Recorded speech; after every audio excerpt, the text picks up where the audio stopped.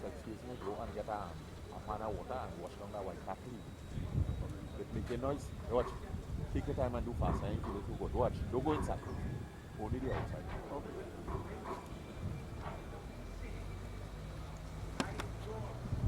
Yeah, then when I'm going back now, I'm going to talk about the problem that we're facing in the environment since around the 17th and earlier, since the oil spill.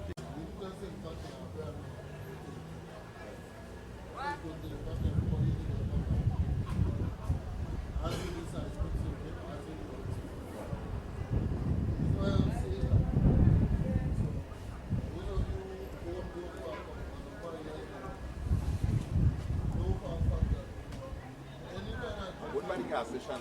1 minute.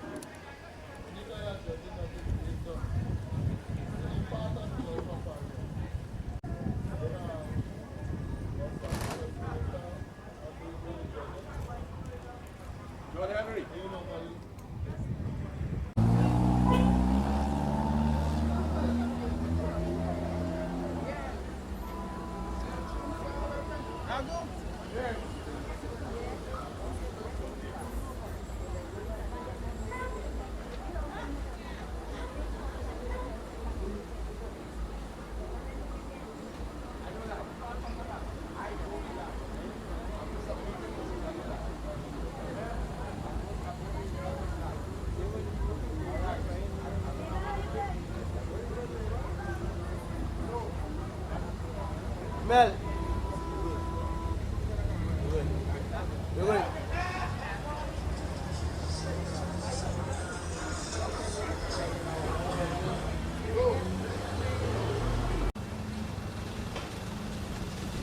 Good day, ladies and gentlemen. This is Kishore Boodram, the president of Claxton Bay Fisherfolk Association, also the assistant president of TUF, Trinidad and Tobago Unified Fisherfolk. I have been complaining approximately about 8 months about we having difficulty for gas in this Claxton Bay gas station, which the gas station was running for, I would say, for over 50 years. And our fishermen have been making our livelihood, and even the villagers buy the gas from this particular area. People who work in around the Point Places and the TCL and Texaco industry. And I can't see why it is that we have to see so much trouble for gasoline. We have to go Marabella. Sometime when you reach in a certain gas station, they say you cannot bring that pan. So which means they want you to buy some small little gas pan. I didn't bring any at the present moment because I don't want to do one thing over and over. But I need this gas station to really open, I would say, within 15 to 21 days. And if it don't open within 15 to 21 days, I think that we would have to go back to burn tires, east, west, and north and south. because it is time enough. I give this message already out early part in the year, and I don't see why that we should be seeing trouble with other gas stations in certain areas in this country. Gas station is one of the main product that we have to use on the engine. We cannot really use like pitch oil in a gas engine and gasoline. And it is very expensive because our gas this costs us between $200 to $300 to $400 even if we reach in as library. And you know what happened in this season now? And we have a lot of ups and downs in the Gulf, and I don't want this thing to really continue because I think it's time enough for this sort of small issues to really finish. Give me a contact number, please. The phone number. Give me it on. I want it. Yeah. My contact number is 742-5894, Kishore Boodram. Part again, right? Yeah. I am Kishore Boodram, the Vice President of Staff, Unified Trinidad and Tobago Fisherfolk, and I am here to receive any call at any time and any message. Thank you, sir.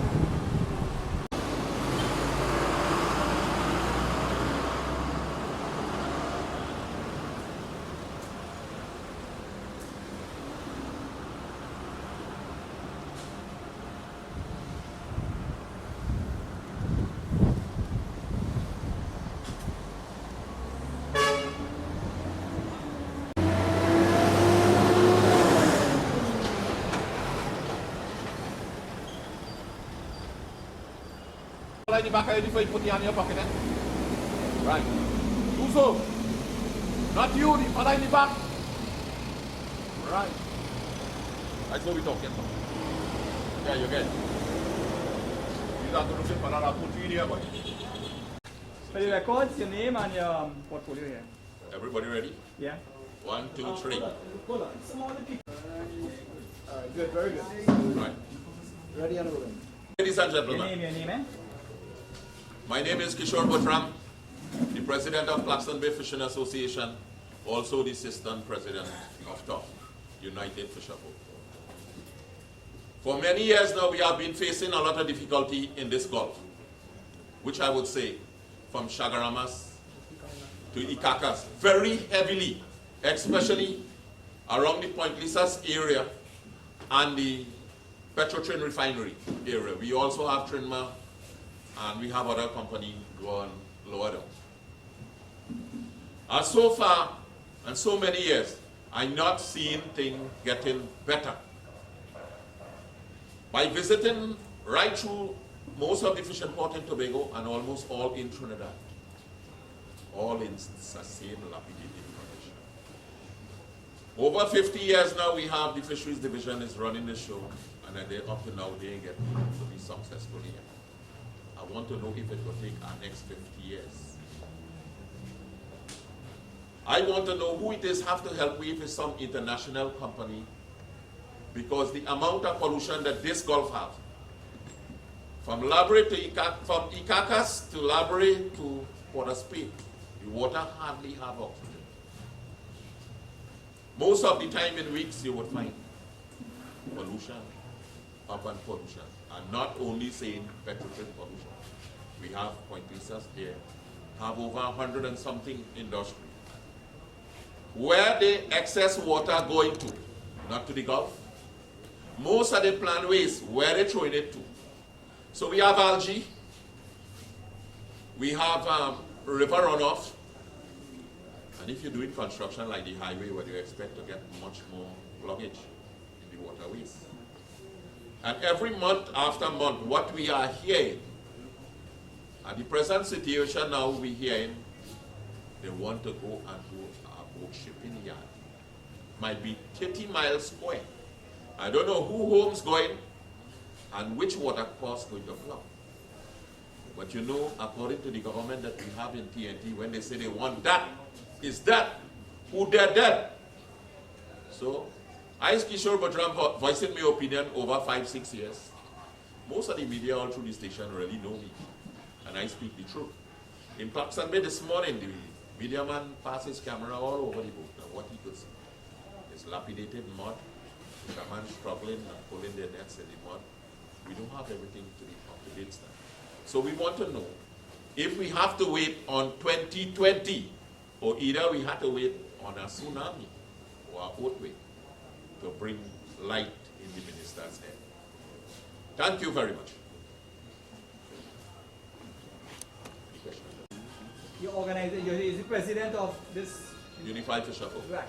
So the concern really is what? I mean, you Nothing. you're talking about Nothing is been here. Why it is. And they make so much million. And they would stand up on television and say they make 50 and 60 billion dollars. By the end of the year, they would proud for the world to see. But what is happening to the fishermen is that we're coming down day by day in a box-shaped form. Today, we hardly have space to move. Many fishermen would complain. But what happened? In this sector, for the past couple months, fishermen already facing harms. And do you know that there's pollution after pollution almost every month?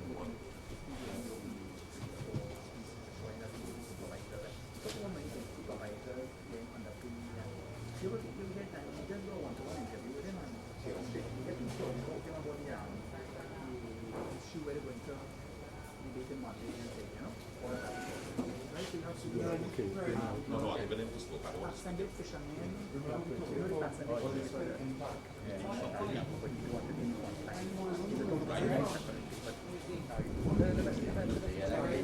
So the problem this morning, as my friend now tell me here, the oil spill impact is not the oil spill impact alone. When you're building a platform, it's piling. When you're drilling, is what? It's pollution back into the water again. So where you start from is when the companies finish building the platform and oil rigs. That is the time the water going to stop. So we don't know if it's 2020 we have to wait on. By that time, the fishing industry is already well collapsing. And I think most of the fishermen would already die. I want to find out about the recent oil spill in Petro-Trin River. Yeah. We understand oil leaked into the ocean, into the Gulf. Yeah. You want to confirm with me and tell me if you all saw any oil in the water and if it affected your To be honest with you, I didn't went and visit. But once it have oil spill, it's going to affect the fisherfolk. It's a must. Did any of your Anywhere that it have an impact, you're going to find injuries. They would say it's not oil spill. Some of them, like our minister, I believe, say gallons. But it's not gallons, it's barrels. Yeah. No, what I want to know, did you all observe as fishermen out in the sea, did you all observe any oil seepage? Because we don't understand that there were oil seepage, but we just want to confirm it from the fishermen. Yes, we are. We had a little, not as much, but what saved the Gulf a little bit is we didn't have the rain for the flow. With the block, it didn't have the water coming down. That would save us a little bit. But was there oil in the water? A little, not much. We seep out through the mangrove, a little seep out. Not much into the Gulf, but you get a little stream, you're getting a little fine, you know. Did it affect your boats? Did it affect your nets? It didn't really affect the boat, it affected the nets. When you pick up the nets, you're picking up a muddy, oily substance. You're holding nothing. You understand? And how many fishermen were affected kind of with that? Well, is the whole Gulf affected, you know? No, your fish, your Our community, well, look, if you watch, not a boat working, about 3 boats when they're they hold nothing. Boat hardly working, they come and boat pull up. So it is affecting the fishing industry.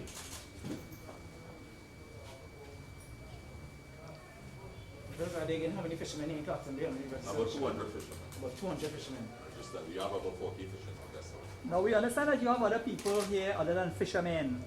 I understand you have crab catchers, we have oyster vendors, we have people in the other sector. The other sector. What is happening is that everybody is getting hurt on the issue because they want the oil pass and they kill off the oyster. When you would have to wait to harvest that oyster is when it grow back. And if the oil in the root, when it will grow back? 2020 or 2035. So this is what happened here this morning.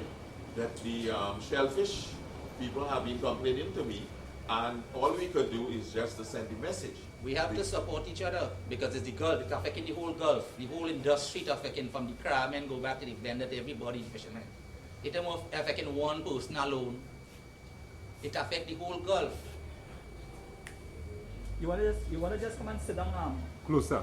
No, just sit down. Just take Mr. Boodram, sit there. We got this guy's name. Can I have his name before he said? Say name, please. Bados Suknanan. Say it again. Bados Suknanan. Phone contact. Bados. Phone. You got a phone contact? What's your portfolio on the committee? Vice President. Vice President Claxton Fishermen Association. I really want to speak on the seismic and the oil. But Yeah, okay. We'll speak on it while you're okay, because, here what happened. Sit down, sit down. Since this Turn oil, the microphone, Yeah. turn on the microphone. since this oil spilled here in the Gulf here from December 17, all you know, I want the first boatman take all out, Mr. Tulsi. Yeah. You see what you the girl off and we didn't really go down to see the oil. And since that oil spilled and the seismic, it affecting the whole fishing industry. From the crab catcher to the oyster vendor, everybody affected.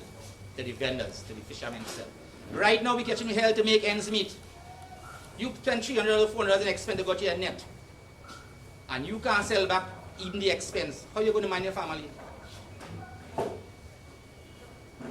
And then the government come and say, they put out the news that they pay fishermen $7.7 million. Who get that money? Where that money go on? Claxton Bay, San Fernando, Blackberry, Marabella, Calibe Nook, Carnide, nobody gets nothing. You get no compensation, nothing. But they say they give fisherman $77.7 million. Where the money there? We as a the Viper, I've been getting cost every day from the fishermen. That's how we collecting money from the oil refinery, and we ain't pay gain them nothing. You understand what I'm saying? So you're also supposed to receive compensation also from the last oil spill. We supposed to, as it affect the whole industry, not we alone. I don't say I alone. The whole fishing industry supposed to collect something, get something. Also, you're saying similar arrangements that were made for like Lubri and the Authority fishermen. Supposed to make for Claxton and the surrounding Marabella, San Fernando, Calibe, Carnide, all the fishing industry going on, because fishing is a thing. If you from this port here, and anywhere you hear fish hole, you go. You don't fish one place. I want to ask the minister one question. If you feel Trinidad alone have oil, but if you alone have oil, you just going on the outside, going to drill for oil. He going all over the world to look for oil. All around the country, same way fishermen operate. And it's affecting it's hurting, we can't send children to school. We're looking at the fishermen in Lubri, right? Their boats and their nets and stuff were damaged. You know, with respect to the oil was more or less on the coastline. On their port. Yeah, it settled in their port, that kind of thing. And in the mangroves down in that area down there. So how did that affect the fishermen up there? You see, we just fish in the whole Gulf. We fish in the whole, anyway fish hole we fish. It's not only Claxton we fish in here. That was the question that we answered, telling you. The minister looking for oil around the country. He not only looking for oil, it's all over. It affects each and every individual who in the fishing industry. Okay. So you're approached Petrotrin since that time and We tired, I write Mr. Hassan Ali a letter and up to today he reply. On mine he'll get damaged oil and mud. And he reply up to now. this meeting here this morning, we seen like, as far as I understand, there other than fishermen, there are other entities, people like crab catchers and stuff like that.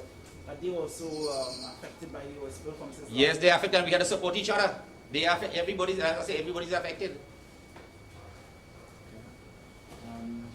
This meeting, is it an annual meeting, a normal annual meeting you'll have? Sorry, not annual, but weekly meeting or?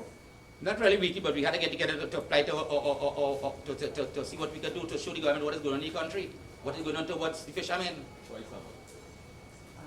So we just have meetings regular. Okay, now let's come to present time now, right?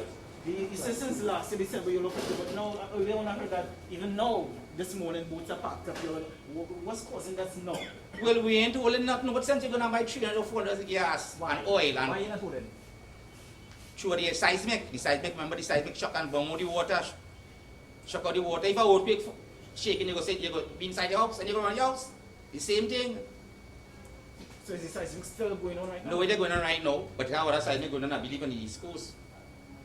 So the East Coast seismic affecting you over here on the West Coast? They're going to directly, but it's affecting the fishermen.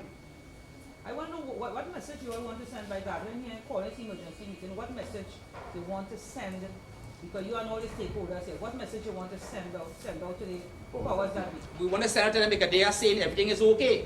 They are saying, the minister, the energy minister, everybody saying everything is okay, the oil spill, everything clean up, everything is okay. They even tell if the fish good to eat or not. But they say it's okay. So we want to send a message to them that it's not okay to what the community people. Mm-hmm. We are suffering, the community is suffering.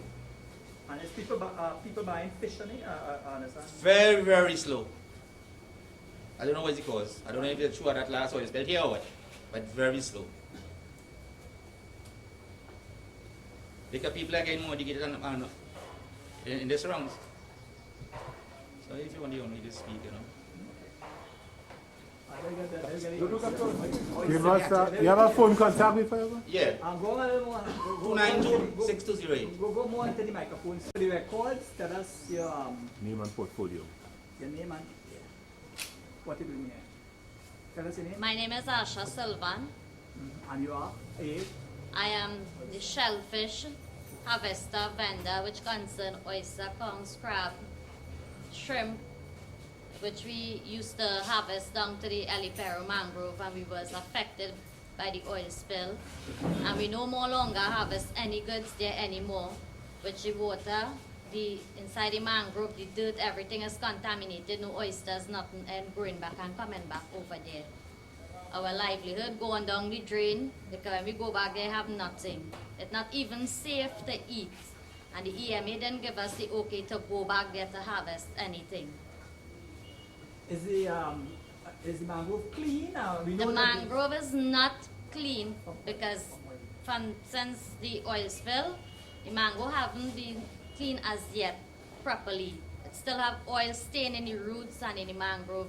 And what we're getting to understand later on, they're going to take up the Elipero mangrove to dredge and do a port, which is going to affect we completely. They could go somewhere else and do their port. It's going to impact on everybody's lives who does harvest and do the fishing, the oyster, the shellfish and everything on the whole coast. They could go down to the carcass somewhere far. They could go somewhere else and do their port, you know. So, did Petrotrin did any work whatsoever at all in the mangrove? Did they start? Did they stop? What they did? Well, Petrotrin did some cleaning up, but they didn't clean up the place properly. It wasn't entirely cleaned up properly. How many months you all have not been to you're unable to harvest anything? How many months you haven't been there? Since when? When was the last 9 time you months. harvested anything? December, yeah, 8 months. So you all are not, so there's no income at this point in time? No income. Nothing. And Petrotrin have I understand you all had gotten some compensation, right? Well, we had received only for compensation, but that can't really pay we off for we whole livelihood How much because compensation you got? 4. 4,000? No, 4 payments. Of how much? They was paying $300 per day, not including Saturdays and Sundays and not holidays. So When they stopped the compensation and they tell us to go back down to the mangrove, we had visited the mangrove and we went back there was still oil. We even take the branches, we went back to Petrotrin and they told us that the money that we get, we could go and do some other trade or apply some other trade. So I tell them we born and we grew up in this oyster thing that we trade, we don't know anything else. What we are going to do, they said that they could buy a van and sell fish. I said, well, fish hard, there are no fish either. Because the fish are them coming out. After 4 payments, is there only 4 payments? Just only 4. So like $1,200, you saying? Four payments, they're paying $300 a day. It's 6,000 a month. So so when they reach by the month, you get 6,000-7,000 when they deduct your holidays and your Sundays and everything. I find we wasn't treated fair, that we did deserve more payments because we are the ones that where the oyster growing in the mangrove and the oil was completely stuck in the mangrove, all in the seashore and things. So that ain't going to grow back over there. Now, what are the plan to do? I mean, you all had a meeting, I think what are the next move? I mean, having a meeting is one. What decision or the plan to do, seeing that you're out in employment, you're not paying you any more checks, fishes and things going away, like, what you all plan to do now, next? Go around the high up with 1,000 feet. Well, we have all other alternatives that we're thinking about what to do right now. Share with us. Well, probably we might gather in a group and hold a bigger protest. Go up by the financial tower. Yeah. Tell us. We You could don't go want to up go. Port of Spain by the tower down there in Port of Spain, by the Hyatt there, and have a protest with everybody and voice your opinion to the government ministers that were taking place on real life. How soon? Yeah, how soon? Monday? Monday.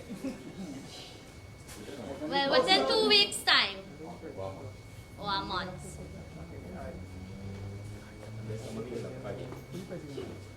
You have a phone number, ma'am?